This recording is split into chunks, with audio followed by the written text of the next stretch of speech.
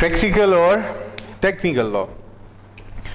Such laws consist of rules which are to be followed to achieve uniformity of result in practical or technical matters. For example, the laws of health, the law of art, architecture or manufacture, etc.